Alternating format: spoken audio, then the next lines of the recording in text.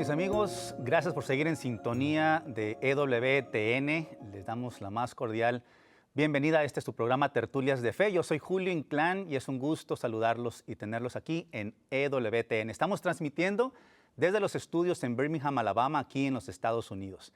El día de hoy es un placer tener a estas dos personas. El día de hoy aquí en Tertulias de Fe, en esta charla, en esta plática, vamos a tener toda esta hora platicando de algo muy interesante que le va a impactar, testimonios que vamos a escuchar, lo que es el concepto de esta terminología de una pues enseñanza total de cómo vivir un duelo. El día de hoy tengo a dos personas muy queridas mías, dos amigos míos, vienen desde Phoenix, Arizona, también para este programa. Una de ellas es una gran amiga, Elsa Merritt, que está el día de hoy con nosotros. Ella, pues hemos coincidido mucho en las enseñanzas de la iglesia en cuestión a lo que es la preparación, en la formación. Hemos coincidido en lo que es los estudios. Estuvimos estudiando 2 años en un instituto, después coincidimos en la dirección espiritual 2 años también. Yo le copiaba los exámenes para pasar lo que es la clase. Ella es Elsa. Elsa, gracias por estar aquí con nosotros este día. Gracias a ti, Julio. Muchas gracias por la invitación. Muy honrada por esta invitación. Gracias, gracias. Y también está con nosotros el señor Otoniel Reyes. La verdad es una persona que estimo mucho, la verdad, porque él fue un impulsor de lo que yo también le agradezco a Dios haberlo tenido en mi camino y lo tengo aquí enfrente de mí, porque es el que me impulsó para aprender más de la Iglesia Católica. Es un conocedor del Antiguo Testamento y todas las Escrituras. Y aquí está con nosotros el señor Otoniel Reyes. Otoniel, muchas gracias por estar en Tertulias de Fe. No, muchas gracias a ti, Julio. Y gracias por honrarme. De veras, lo que acabas de decir es cosa de Dios y es cosa tuya, es tu decisión. No, gracias. No me gracias. eches la culpa. No, sí, pues mire, y empezamos con lo que es el programa, como siempre empiezo con lo que es una frase, traigo Salvifici Doloris de San Juan Pablo II, que menciona: el hombre, al descubrir por la fe el sufrimiento redentor de Cristo, descubre al mismo tiempo en él sus propios sufrimientos, los revive mediante la fe, enriquecidos con un nuevo contenido y con un nuevo significado. Esto nos decía San Juan Pablo II en Salvifici Doloris, en la manera de cómo podemos ver nuestro sufrimiento y nuestro dolor salvífico. Y en este día hablaremos de lo que es la tanatología. Aquí tenemos a 2 expertos en lo que es la tanatología y que nos van a hablar toda esta hora, hablar del duelo. Empezamos, compañeros míos, acerca de lo que es el concepto, de lo que es la terminología, pues que a lo mejor en muchos países no es tan común, no tan escuchado y a lo mejor lo van a empezar a escuchar, la tanatología. ¿Qué nos puedes decir, Otoniel, qué es la tanatología? Bueno, la palabra tanatología es una palabra compuesta. Thanos, muerte, logos, estudio. Hablando del estudio de la muerte. Pero no tiene más, es más importante el sentido, porque la verdad no se habla tanto de la muerte, se habla más de la vida. Claro, le sacamos la vuelta a la muerte, ¿no? Sí. Vamos a darle la vuelta, sí, porque generalmente sigue siendo desconocido.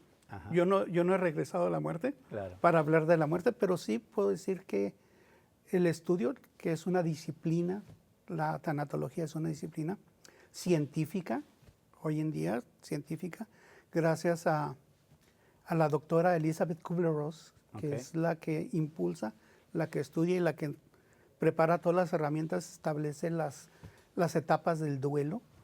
Gracias a ella podemos hoy en día trabajar con el duelo de una persona, con el duelo de una persona que está muriendo, de una persona que está acompañando a un familiar moribundo o que acaba de perder un ser querido. O sea, es tanto para el que está sufriendo el duelo como el que lo acompaña también. También, por supuesto. Entonces, es entender, ¿sí?, esas etapas, entender su dolor, ¿sí? Pero no se trata de evitar. ¿Sí? Generalmente uno va con el médico para quitarse. Claro. Y aquí no, aquí se trata de cómo nosotros vamos a manejar este dolor, esta pérdida, y a enfrentarla de una manera sana, tanto física, psicológica y espiritualmente. Entonces, la tanatología nos da todas esas herramientas. que se necesitan para entender precisamente a un doliente. Okay. Y darle las herramientas, darle ese acompañamiento que se necesita. Los psicólogos hablan mucho, por ejemplo, de lo que es una terapia. Nosotros hablamos más de un acompañamiento. Okay. ¿Sí? Aunque recurrimos a la tanatología, recurre precisamente a esas bases, a esa información de estudios de psicología, incluso se habla también de antropología, se habla de psiquiatría. Todos esos elementos son bases sólidas de donde se puede despegar. Elizabeth Kübler-Ross era una psiquiatra, un médico psiquiatra, por cierto, y en su época, que fue la época más difícil, en donde la gente regresaba de la guerra, después viene la famosa pandemia del SIDA, ¿sí? Y aparecían los hospitales llenos, ¿sí? de enfermedades. Había mucho desconocimiento de esa enfermedad. Y los pabellones en los hospitales, los pabellones de la muerte, estaban a veces llenos y para el hospital era un número nada más. Sí. Un número. Ajá. No era la persona, no era el ser. Y el trabajo de la doctora era precisamente eso, humanizar esa situación, que se viera al paciente con dignidad. Oh, interesante. No que se le viera nada más como un paciente terminal que ya estaba en sus últimos días y que ya no iba a regresar a la calle. Ajá. ¿Sí? Entonces, el trabajo de Elizabeth Kübler-Ross acompañada precisamente, increíblemente, con seminaristas, con sacerdotes que estaban atendiendo esos hospitales, se hizo acompañar y empezaron a hacer un gran estudio. Fueron miles de entrevistas entre pacientes y ella. Y nos deja un gran legado porque nos da a conocer precisamente esas grandes situaciones por las que se enfrenta un moribundo. Okay. ¿Sí? El moribundo, hasta por la familia. ¿Sí? Y luego el mismo moribundo que no sabía manejar su pena porque iba a morir. ¿Sí? El pendiente de dejar pendientes. Sí, sí, sí. El miedo de no haber terminado lo que él creyó debe haber terminado. Todas esas situaciones que eran psicológicas, emocionales, espirituales, Elizabeth Kübler-Ross, en compañía de otros sacerdotes y gente que estuvo, comenzaron a hacer anotaciones. Y hay un recorrido muy vasto en ese sentido porque nos enseña y nos destaca, ¿sí? Que aunque sean los últimos momentos de la persona, merece terminar con dignidad. Okay. ¿Sí? Hay una frase que escuché alguna vez por ahí, decía, es preferible morir viviendo que morir muerto. Okay. ¿Sí? Y es increíble, ¿no? Porque a veces el no saber manejar una situación de esas, la persona y su entorno no le ayuda. Okay. Y el trabajo de Elizabeth Kübler-Ross es decir, espérese tantito. Sí. Aunque se va a terminar, la esperanza es que la termines con dignidad. Okay. Que seas feliz hasta tu último momento, que tenga sentido tu muerte. Entonces, cuando nace la tanatología, ¿nace aquí en Estados Unidos? ¿Aquí, Elsa? No, ella viene de Europa. Okay. Ella nació en Suecia. De hecho, murió aquí en Arizona. Ah. Bueno, perdón, en Arizona. En Arizona. Sí, Okay. sí, olvido que dónde estoy. Murió en Arizona, está sepultada en Scottsdale, Arizona. Oh, mira. Así es. Curioso. Sí, la tanatología se ha dado a conocer por Elizabeth y de verdad que es un parteaguas para los enfermos terminales. Como comentaba Otoniel, en esos tiempos ella habla de los pabellones llenos de enfermos terminales separados del resto de la comunidad. Cada hospital era como vergonzoso tener enfermos terminales, entonces los segregaban. Y ella, al darse cuenta de esto y de ver pues la humanidad de las personas, del sufrimiento que estaban viviendo, empezó a trabajar para integrar, ¿no? Y gracias a ella es que ahora tú puedes ir a visitar a un enfermo terminal y puedes entrar a su habitación y puedes comunicarte con él. Antes no se podía eso, era separado. Nos ha tocado mucho visitar y acompañar a enfermos terminales en estos años, ¿no?, de trabajo, y de verdad que de las experiencias de la tanatología, que son muchas y son muy espirituales, de las que más me llenan el alma es acompañar a un enfermo terminal.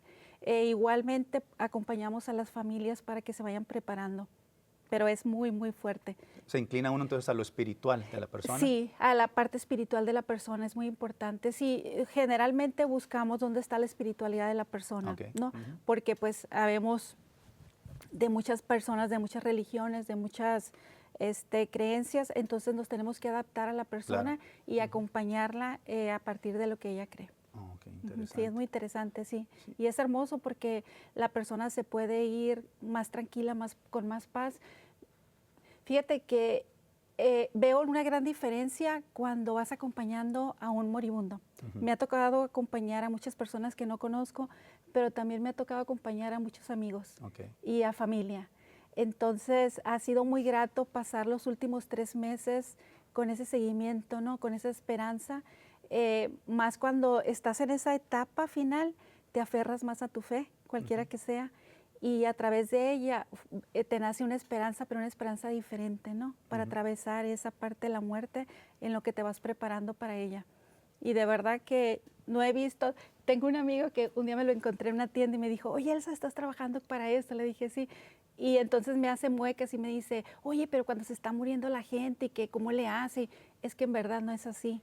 Cuando una persona, es un privilegio tomar la mano de una persona cuando está muriendo, porque no es el sufrimiento así como lo vemos. La persona que lo está viviendo lo vive de otra forma. Oh, claro, claro.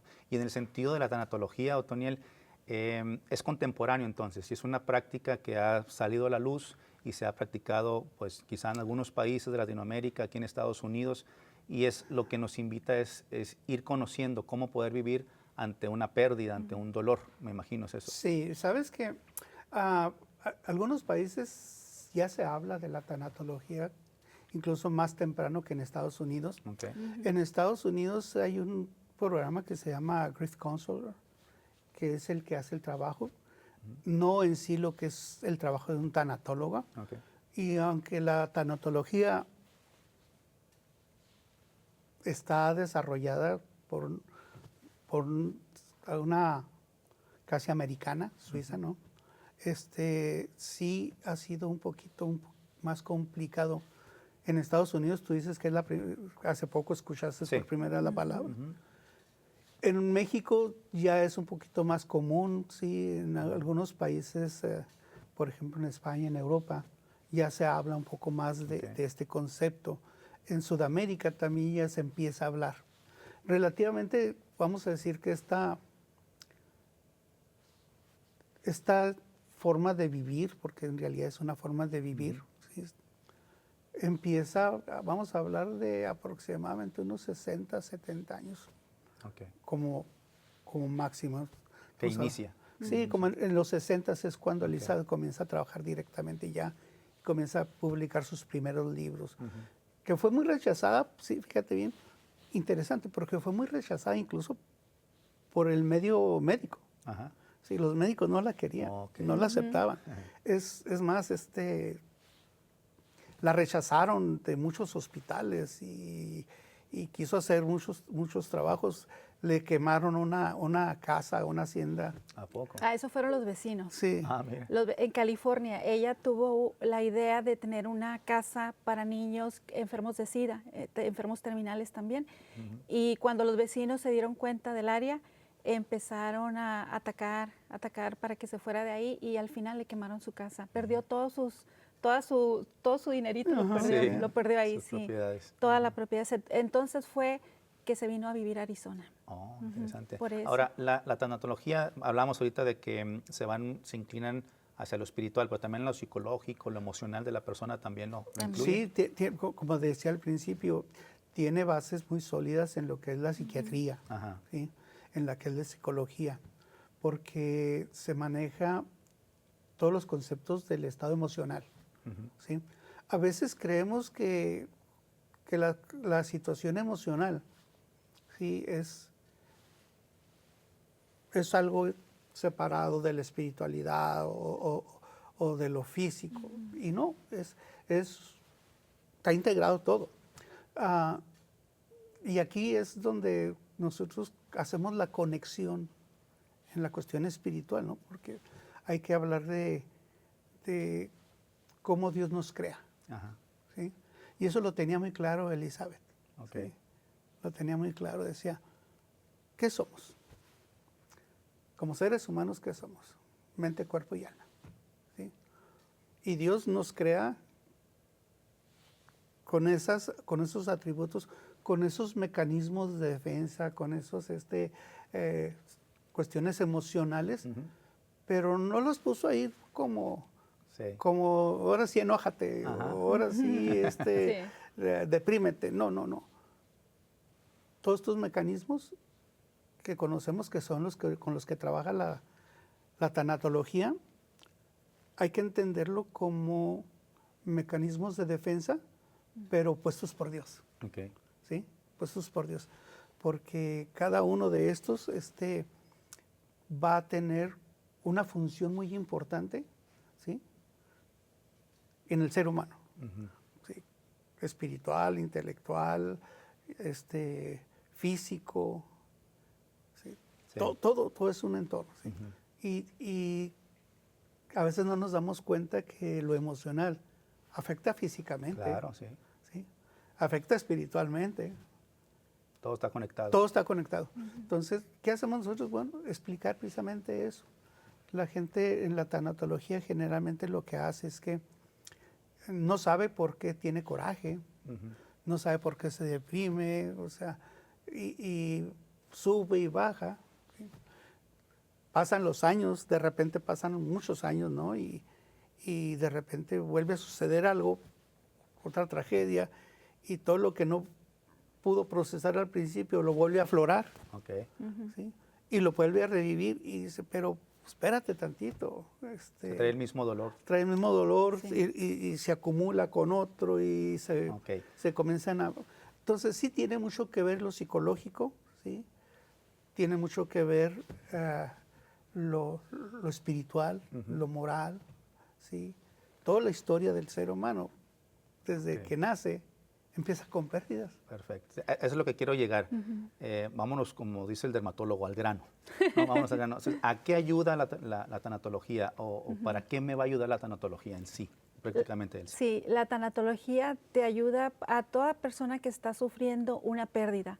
Elizabeth Kubler-Ross empezó como los enfermos terminales, pero también se dio cuenta que la pérdida es dolorosa en todos sus ámbitos, como un divorcio, es una pérdida de muerte, perder el trabajo. Perder el trabajo también, perder una propiedad, perder un hijo que se va a la universidad y que te quedas, lloras, pasas un duelo, un suicidio, un hijo en la cárcel, un esposo en la cárcel. Esas también son pérdidas muy grandes y muy dolorosas que de repente no las tenemos claras, ¿no? Que son pérdidas.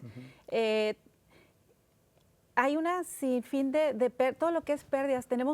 Yo tengo una pérdida y yo creo que también ustedes, que es la pérdida de la juventud. ¿Verdad? Eso también duele. Eso también duele. Nos ha tocado trabajar también con personas de la tercera edad y sí se sufre cuando están perdiendo sus capacidades cognitivas. También es otra pérdida muy profunda. Todo tipo de pérdida. Todo tipo de pérdida. La pérdida de la salud, la pérdida de miembros. Híjola, hay incluso, me llama mucho la atención la pérdida de mascotas. Sí. Mira, también. La pérdida de mascotas, la pérdida de una prenda que significó una agenda. Se me perdió una agenda, vieras cómo la sufrí, la dolí. Mira. La dolí porque sí, es que tenía ahí todas las cosas importantes y no se te han perdido de repente algo que te duele y tardas un tiempito, un proceso, puedes recuperarte. Esa es una pérdida. Todo eso. Tu pregunta es, ¿cómo ayuda la tanatología? Bueno, ayuda a una persona que ha tenido una pérdida significativa a manejarla de una manera sana. Okay. ¿Sí? A veces es un poquito complicado hasta después de que empezamos un trabajo con una persona, empezamos a trabajar con ella y empezamos a explicarle, se van dando cuenta de que sí fue una pérdida, pero más que nada fue el miedo a no volver a tener aquello. A no pasar por lo mismo. De no pasar por lo mismo. O simple y sencillamente el miedo de no volver a ver, escuchar, tocar Okay. a ese ser querido o aquello con lo que creaste un vínculo. ¿Sí? Entonces, de hecho, el trabajo del tanatólogo es ayudarle a que entienda que la pérdida se puede convertir en una ganancia. Okay. Verlo de ese modo. Sí, sí. Ese es el intento que hace el objetivo. Sí. Nosotros hemos tenido muchas experiencias con muchos pacientes y una de las cosas de las que siempre he dicho es esto, ¿no? Vamos a hablarlo desde el punto de vista espiritual. Ajá. ¿Sí? Hay dos primicias que Dios nos da, ¿sí? Que son dos primicias de Dios. La primera primicia es que Dios nos crea con amor. Okay. Sí, esa es la primera primicia. Es una decisión de Él. Él nos crea y nos crea por amor. La segunda primicia, vamos a ponerla como, ¿cuál es el objetivo de Dios? ¿Y para qué nos crea? Para ser felices. O sea, la segunda primicia es para que el hombre sea feliz, no para que sea infeliz. Exacto. ¿Sí? A pesar de lo que nos pase. A pesar de lo que nos pase. Okay. El propósito de Dios es que seamos felices. Por eso nos da la vida. Entonces, la vida es para ser feliz.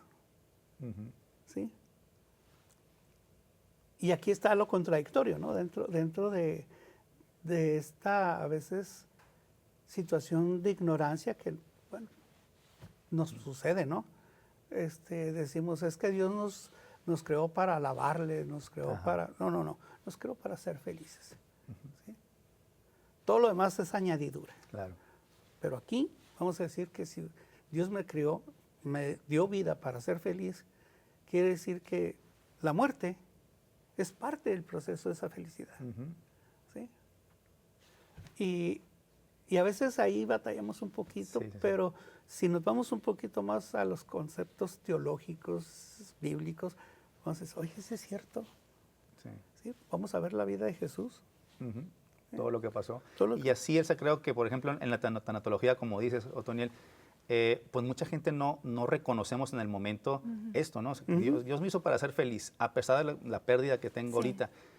Es importante, yo creo, que el conocimiento de esta práctica, hacer que la gente tenga conciencia de esto, o sea, saber que tengo que pasar esto, pero con el gozo, digámosle así.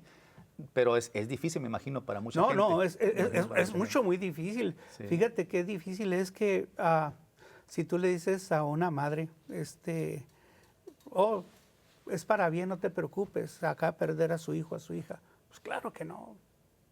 No se trata de eso, ¿no? La tanatología es más que nada ayudar a encontrarle sentido a ese dolor, ¿sí? Por muy doloroso que sea, hay una razón más importante, ¿sí? Y no es decir, bueno, es que Dios lo permitió, no, tampoco ahí vamos a entrar en ese contexto porque sería más complicado. Pero la tanatología nos ayuda, ¿sí?, a ver estas pérdidas y a honrarlas, a significarlas, a darles esa honra, ¿sí?, de lo que representaron, lo que nos enseñaron, lo que nos dejaron, ¿sí?, y lo que nos permitieron ser. ¿Sí? Y hay quienes se enojan con Dios, me imagino. Oh, claro, claro. común. Es una de las etapas del duelo, es la segunda etapa del duelo, la ira, y te enojas con quien puedes. Muchas veces resulta que la persona ya es un enfermo terminal, pero siempre va a haber un médico que tuvo la culpa, ¿verdad? Siempre va a haber un pariente que no lo alcanzó a llevar al hospital. Siempre va a haber alguien, ¿no?, a quien echarle la culpa, y es sano también, es parte del duelo, es una de las etapas del duelo que es importante vivirla. A nosotros nos ha tocado que Pues la tanatología en Arizona, después del COVID, es que se ha dado un poquito más a conocer. Nosotros hemos estado haciendo talleres parroquiales hablando sobre este tema de tanatología para educar a las personas. Es una parte también de la tanatología que hacemos, la educación sobre la muerte, porque todos sabemos que nos vamos a morir, sí, ¿verdad? Claro. Es lo único seguro que tenemos en la vida, la muerte.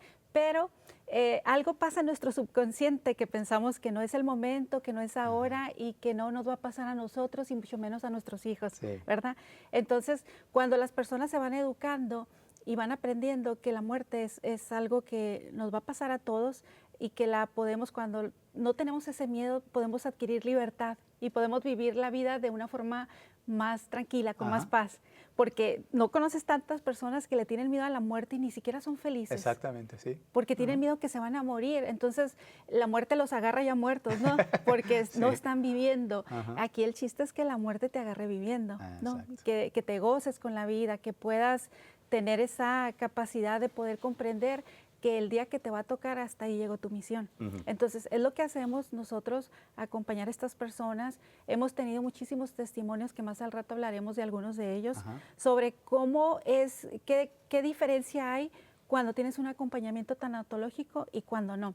Yo sé que en los tiempos de nuestros abuelos esto no se usaba, pero mira, hay personas que llegan y que van a hablar con un duelo reciente, pero no sale el duelo reciente porque no es el más doloroso. Traen un duelo de hace 50 años cuando murió su mamá y cuando se quedó el trauma. Entonces hay que empezar a trabajar desde ese duelo. Hay personas que tienen muchos duelos en sus vidas, muchas pérdidas. Entonces nos vamos amargando, va cambiando nuestro carácter, va cambiando nuestro sentido de la vida. ¿Por qué? Porque no tuvimos un mapa, ¿no? de duelo, de cómo trabajarlo, y es lo que hacemos nosotros. Qué interesante, la verdad, en este primer segmento que se nos está yendo ya, nos vamos a ir a un corte, pero qué interesante ver esa manera de considerar que aún lo que nos pase tenemos que aprender a vivir y felices. Entonces, y vamos a hablar ahorita de lo que es el duelo y todas las etapas del duelo, que es muy interesante para aquellas personas que nos están viendo y escuchando. La verdad es algo que tenemos que considerar en nuestras vidas, de poder saber que esto cuenta para el bien de uno. O sea, decía San Juan Pablo II en Salvifici Doloris que el sufrimiento y el dolor es salvífico. O sea, tenemos que ver el dolor, el sufrimiento, la pérdida como algo salvífico para uno. Entonces, ¿no? Pero sí es muy interesante. La verdad, hemos llegado a este primer segmento en el término de algo muy interesante y vamos a ir a un corte. No se separe de su pantalla porque vamos a seguir aquí todavía con Elsa y con el señor Otoniel hablando de la tanatología aquí en Tertulias de Fe. Ahorita regresamos.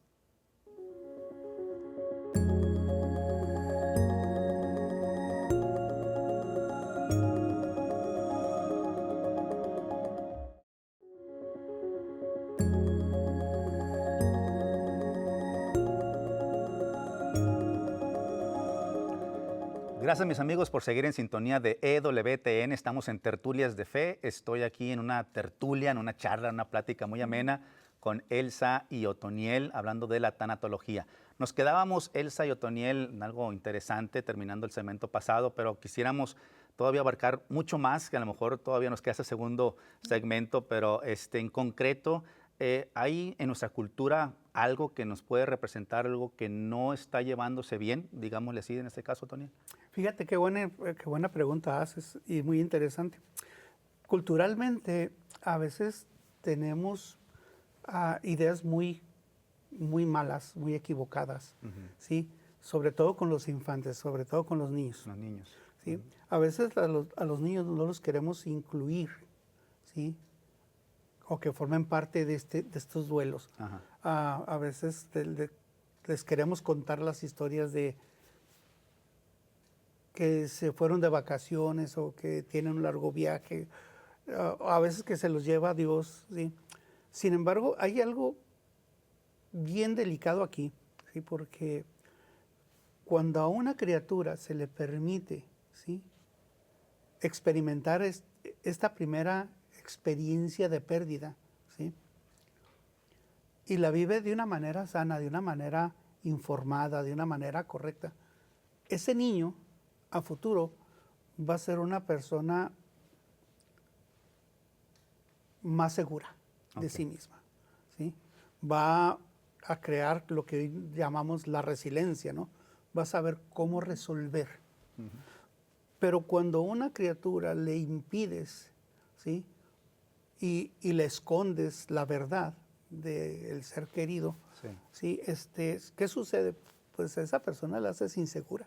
Okay. Me ha tocado mucho, porque trabajé en cementerios y nos tocaba mucho las personas, padres hispanos, ¿no? Cuando tenían algún familiar que había fallecido, no querían llevar a los niños o no quieren llevar a los niños. Es un error que cometemos los hispanos. Aquí en Estados Unidos llegando les queremos quitar todos los problemas, ¿no? Sí. Les queremos dar todos a nuestros hijos y quitarles todos los traumas, que no sufran, pobrecitos. Yo recuerdo en México, y todavía pasa, ¿no? Todos los niños van al cementerio, todos los niños van a los funerales. Sí. De hecho, en mi familia correteábamos un rato alrededor de la caja, después hacían tortillas, el cafecito en la noche, para velar toda la noche. De repente había música y luego al rato, pero era lo más normal, llorábamos un rato, llegaba una tía y llorábamos, y luego al rato otra vez, ¿no? A corretear.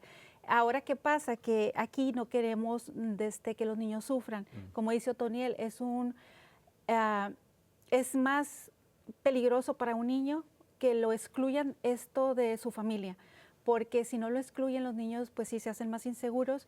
Otra de las cosas que me tocó ver que decía una mamá es que le dije o le voy a decir que se quedó dormido y que Diosito se la llevó, y entonces esos niños les están causando un trauma porque entonces ya no quieren dormir, porque al momento de dormir Diosito se los lleva al cielo.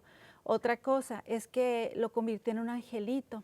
Son palabras que para nosotros son tan comunes, ¿no? Que las hemos dicho por décadas, pero que a los niños, que no estamos en la misma época de cuando nosotros éramos niños, ¿no? Ahorita los niños tienen otro tipo de sensibilidad.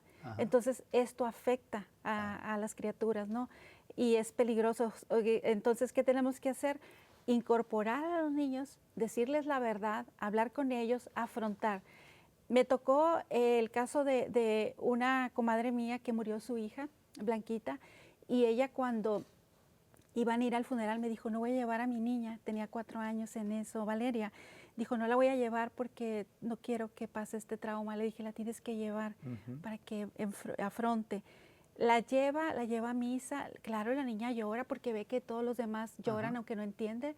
Vamos al cementerio y la niña llora, claro, pero al rato la niña está jugando con los globos y corriendo por todos lados. Entonces, la niña lo ve de una forma que nosotros no lo podemos ver. La inocencia de los niños la ve de una forma muy diferente a como nosotros lo podemos ver. Eso de que quedamos traumados ahí al ver caja, no. Entonces, desde muy temprana edad se le tiene que decir al niño y hablarle de la muerte. Lo Exacto. Y culturalmente existen otras situaciones ahí que son un poquito hasta a veces difíciles. Nuestra cultura siempre es por costumbre decir, cuánto lo siento, ¿sí? O estoy en tu dolor. Y esas expresiones son culturales, pero no son buenas, no son sanas. Una persona que acaba de perder a su marido, que acaba de perder a su hijo, o un ser querido, y llegas y le dices, lo siento ¿cuánto mucho? Lo siento mucho. Sí. Estoy en tu dolor. La persona, por respeto, no dice nada, ¿no? Sí. Pero se siente ofendida. Nos llegan heridos. Qué bueno que lo dices. Llegan lastimados. Dice, ¿cómo? Y de repente hasta la misma familia, los conocidos, o aquella persona que tenía 20 años sin verla y se entera y va y le da el pésame. Pues espérame tantito. ¿Y la mejor frase cuál sería? Generalmente ninguna. Ninguna. Un abrazo. Un abrazo o estar ahí presente. Al pendiente. Mandar comida, mandarle, no, tampoco decirle tú dime lo que te pueda ayudar, porque la persona está pasando por un trauma y está muy lastimada. No te va a decir, oye, mañana no puedo llevar a los niños a la escuela, me siento muy mal, tengo depresión. Entonces, ahí es la forma que tú puedes ayudar, acercando a esa persona, yendo a recoger a sus niños, por ejemplo, los voy a llevar al parque, te los voy a llevar a la escuela, te voy a llevar comida. No solamente prometer, hacer, porque sí nos ha tocado que llegan muchas personas muy heridas. Personalmente no he pasado una muerte así cerca, tan cerca, de que puedan llegar a decirme, lo siento mucho, pero yo no había pensado eso hasta que vienen las personas y dices, ¿cómo me puedes decir eso cuando no lo conocías. Ajá, y es exacto. cierto. Ajá. Peor tantito cuando decimos la frase hispana, échale ganas, ¿no? Ándale. Uy, eso. Estoy echando ganas, pero no esa puedo mata, salir. esa mata. Sí, Ese es más. Sí, y luego de repente llegan y te dicen, oye, espérame, pero tienes más hijos. Ah, sí, otra. Pero tienes más hijos. Vive por ellos. Sí. Tienes que echarle ganas, tienes... Sí, como cierto. que, espérame tantito. Somos más crueles, ¿no? No.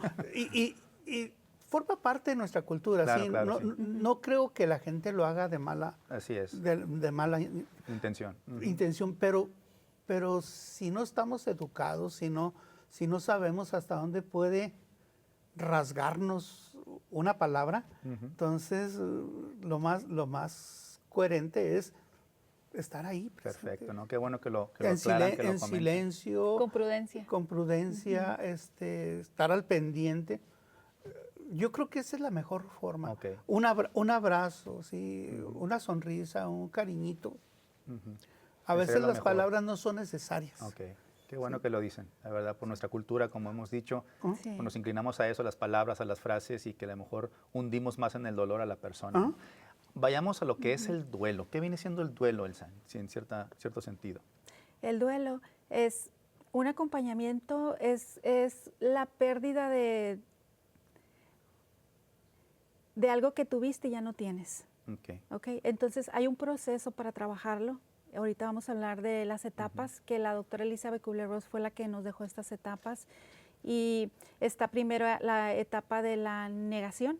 Al momento de que tú tienes una pérdida grande como pues un accidente, bueno, es que todas las pérdidas son dolorosas. Hasta cuando es un enfermo terminal, sabes que va a morir, pero aún así vives esta etapa que es la negación, porque no lo puedes creer. Es cuando podemos llegar a decir, pues, se murió mi papá, mi mamá, estoy bien, no me duele. Ha de haber un dolor, ¿no? Claro. Pero la persona no quiere expresarlo, Exacto. quizá. Es la negación. Es la negación. De un duelo. Y es buena la negación, por ejemplo, cuando una persona, una familia ha tenido un suicidio. La negación te ayuda a mantenerte en pie, porque entonces bloquea tu cerebro y lo protege de un trauma mayor o de un colapso. La negación es muy importante dentro del duelo. ¿Quiere hablar de la siguiente? La ira. La ira es necesaria, porque decimos que la ira se convierte como en la válvula de escape. ¿Sí? Toda esa emoción, todo ese coraje, toda esa rabia que estás cargando por la partida de un ser querido, porque no tuviste tiempo de despedirte, o porque murió trágicamente, o porque se suicida, o por cualquier razón, ¿sí? Sí, claro. Que no estaba determinada esa partida, entras en un coraje, ¿sí? Y también como mecanismo de defensa tienes que utilizar eso como un escape, como una válvula en donde sacas toda esa energía, ¿sí? Porque si no la sacas, un ataque al corazón, un embolio, pueden suceder muchas cosas físicas en donde te va a afectar. Es cuando decimos que la emoción se somatiza y te afecta físicamente. Y el que está viviendo con la persona que tiene la ira, también hay que saber vivir con la persona, ¿no? Porque va a afrontar. Y lo importante, fíjate, es que hay que entender, ¿sí? Hay que entender que las 4 o 5 etapas que son las 5 que maneja la doctora, cada una de ellas tiene una razón. No hay un orden para que estas se vivan, ¿sí? Pueden entrar y salir, pueden empezar incluso pueden empezar por la aceptación, que sería la última, ¿no? ¿Sí? Pero eso no quiere decir que no va a pasar por las otras, ¿sí? Entonces van a pasar por todas estas etapas, pero cada una de ellas tiene una importancia, ¿sí? Psicológica, espiritual, ¿sí? Y física. La tercera etapa es la negociación.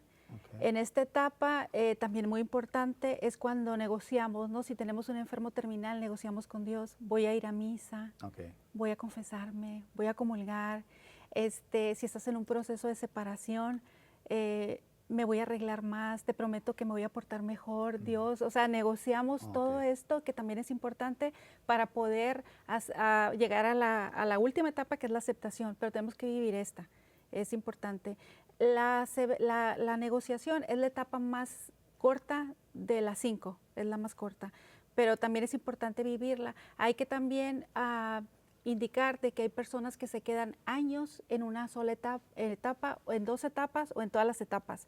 Hay personas que el duelo es tan difícil que no lo han procesado y no lo han podido trabajar, que se quedan viviendo en ellas. Hay personas que vamos a ver con mucha amargura, tuvieron pérdidas, se quedaron quizás en la ira, en ese coraje, ¿no? Sí. Hay otras personas que ya pasaron 20, 30, 40, 50 años y todavía hablan de su ser querido como que fue ayer. Se quedaron en esa etapa. Entonces, por eso es importante el trabajo del tanatólogo, para ayudarles a salir y a trabajar. No le vamos a quitar el dolor. Nosotros no trabajamos en eso, ¿verdad? Al contrario, mal haríamos en quitarles el dolor. El dolor es personal, es tuyo, no te lo vamos a quitar. Pero sí te vamos a decir cómo puedes tener un proceso más saludable para trabajar con él. Pero el dolor sí se quita en un cierto momento. Siempre está el dolor. No. Pero ya no lo recuerdas con... Exacto. Ya no tiene el mismo efecto. ¿Sí? Siempre hemos dicho que el dolor, sí, incluso decimos, nosotros lo manejamos como que el dolor es algo sagrado. El dolor es sagrado. Ese llega, se queda y nunca se va. El sufrimiento es una decisión tuya. ¿Sí? Sufrimiento y dolor son cosas diferentes. Sí, totalmente. Entonces, es decir, tengo un dolor, yo decido si lo sufro. ¿Sí? Si lo sufres es porque estás con el deseo o con la esperanza de que vas a regresar otra vez. ¿Sí? Pero el dolor es un daño ya hecho. ¿Sí? Hay personas que no quieren nuestra ayuda o que van con nuestra ayuda, pero luego dejan la terapia porque el dolor es lo único que tienen. Y no están dispuestos a dejarlo. Entonces prefieren vivir así. Interesante. Vamos a la cuarta etapa. Y tienen miedo, fíjate. Sí. Tienen miedo de dejarlo porque es lo único que los liga con aquello que los hacía feliz. ¿Sí? Sí. La cuarta etapa, la depresión. ¿Sí? Creo que es una de las etapas más difíciles porque es en donde se empiezan a desarrollar, ¿sí?, incluso los vicios, las adicciones, ¿sí?, en esta. Incluso en esta etapa es donde tenemos que tener un poquito de cuidado porque ahí es donde vamos a encontrar, por ejemplo, el suicidio. El suicidio, más común, ¿no? Sí. Y entre niños y adultos. O sea, aquí no hay una situación. Podemos hablar de una situación normal, por ejemplo, la depresión normal, ¿sí? Sí. Puede durar vamos a decir que puede durarte periodos de 3 semanas, 2 meses, ¿sí? Entras y sales, y eso sería normal, ¿sí? Pero cuando se convierte en una depresión clínica, entonces sí hay que recurrir generalmente a un psiquiatra. ¿Sí? Ahí sí se necesita medicamento. A veces tenemos unas situaciones un poquito complicadas en este sentido porque el tabú, ¿no? Sí, claro. Necesita medicamento. No te tomes medicamento. Te va a hacer daño, es adictivo. Y no entendemos que la persona necesita una ayuda, ¿sí? Necesita es patológico de la persona ya. Sí. Si no se le ayuda, difícilmente algo puede hacer un tanatólogo. ¿Sí? Difícilmente. Pero cuando la persona está entrando de una manera sana y podemos acompañarlos, sobre todo explicarle ¿sí?, los antecedentes de una depresión, ¿sí?, y cómo controlarlo, porque se puede controlar físicamente. Uno mismo puede ir acompañándolos y controlando esa depresión, ¿sí?, para que no se convierta en algo clínico o algo permanente o patológico. Sin embargo, esto es interesante porque esa es la etapa más necesaria, fíjate. Esa es la etapa más necesaria para poder entrar a la aceptación. Que es el último paso. Que es el último paso. Sin embargo, yo puedo asegurarte que a nadie, absolutamente a nadie, le gusta estar ausente, depresivo. Una de las cosas que también me tocó mucho en cementerio, en este trabajo, y como tanatóloga, ver que los familiares se dan a las personas cuando van a ir a sepultar a su hijo, a su mamá, a su hermano, y las medican. Eso es, se ha visto que les están quitando tantas herramientas porque no están permitiendo que la persona viva el dolor, enfrente el dolor, y muchas veces se quedan con esa ausencia en el alma porque ni siquiera se dieron cuenta cuando bajó. Exacto. No supieron. Ajá. Porque iban drogados con este medicamento para que los tranquilice, ¿verdad? Sí. Resulta que tenemos miedo y nos da mucho pesar ver llorar a las personas, verlas que se desmayan, verlas que gritan, y es bien importante que lo hagan. Es bien importante que vayan en sus 5 sentidos con el dolor que carguen, pero que lo saquen ahí.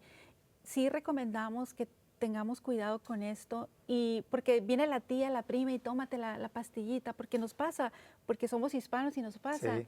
Sabemos que eso hacemos, pero es bien importante que vayamos en nuestros 5 sentidos con todo el dolor al rojo vivo para que podamos empezar una sanación. Si no, este periodo se retrasa. Nos ha tocado ver personas, nos ha tocado trabajar con personas que no lo vivieron y están bien atoradas en el duelo. Necesitan volver a vivir, necesitan vivir esto para que puedan sacar todo lo que necesario, traen. Es necesario, sí. Son los 5 pasos. En la aceptación es cuando llega la persona a decir... Y todavía después de la aceptación hay otros par de pasos, ¿no? Pero la aceptación no es algo que digas, oh, ya acepté. No. Incluso puedes aceptar que ya la persona se fue, que no va a regresar, ¿sí? Y que hay que recordarla con cariño, hay que recordar sus momentos, lo que nos enseñó, lo que nos dejó. Sí, esa es parte de la aceptación. Pero eso no equivale a que dices, no voy a tener que otra vez, ¿sí? O no me voy a volver a deprimir. Cuando llegas a la aceptación, puedes recorrer los otros 4 pasos, entrar y salir. Y eso es sano. Es sano. Eso es muy sano. ¿Por qué? Porque precisamente ahí nos damos cuenta de que estamos creciendo. Crecemos no solamente como individuos, sino también moralmente. ¿Sí? Y la pregunta es, ¿qué es lo que quieres tú que vean tus hijos, tu familia, tus seres queridos de ti? Bueno, una persona consciente a una realidad, ¿sí? Pero que supo no superar. ¿Sí? Aquí no se habla de superar. Supo aceptar una pérdida con amor. Eso me lleva a una pregunta, quizás sea la última por el tiempo que nos queda en el programa. ¿Cómo sobrevivir un duelo? O sea, depende el duelo de la persona, o sea, tiene sus magnitudes, o cualquier duelo se puede sobrevivir uno fácilmente o difícilmente. Nosotros hablamos, por ejemplo, del duelo, ¿sí? Y nosotros decimos, ¿de qué tamaño es la herida? De ese tamaño va a ser el dolor. Perfecto. ¿Sí? Ahora,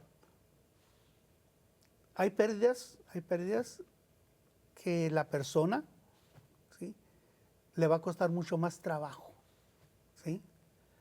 Y a otras personas que le va a ser más fácil. Te voy a poner el ejemplo.